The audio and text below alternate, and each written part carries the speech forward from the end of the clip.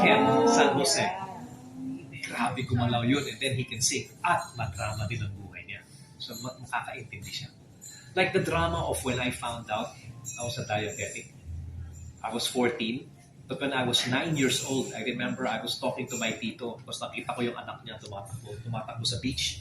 Umiiyak yung bata. Tapos may umahabol sa kanyang nursemaid na may hawak na syringe. And I was watching, I'm 9 years old, I'm watching. Si Tito, why is she crying? Kasi it was like 5:30. As in, sumisigaw sa beach.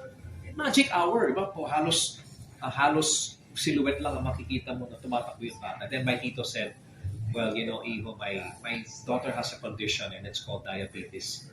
And she has to take an injection once to twice a day. And the nursemaid has it and it's painful for her. And what I said to my tito, looking at the kid, she said, no, Tito, I never want to have that. Tapos 14 years old. 5 years later.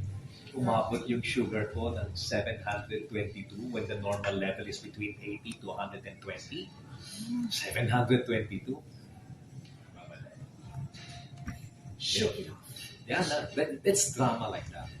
But then there's also, this is like when pumunta ako sa retreat sa Lasal, ako pa yung ginawang rector, so I'm the head of the retreat.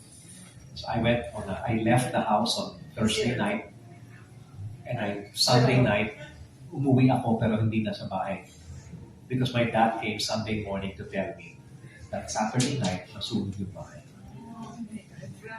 Pero after the retreat, yung mga parents ng retreatants, they heard about my situation. Eh, hindi naman kami, wala kaming pera nun eh. We didn't have much. Sudugan kami. The parents donated and gave me a scholarship in De La Salle. If not for that, if the house did not burn, I don't know if I can go to college. So yung parang, iba yung orchestration. Okay, Lord. Dami talaga. Konti talaga.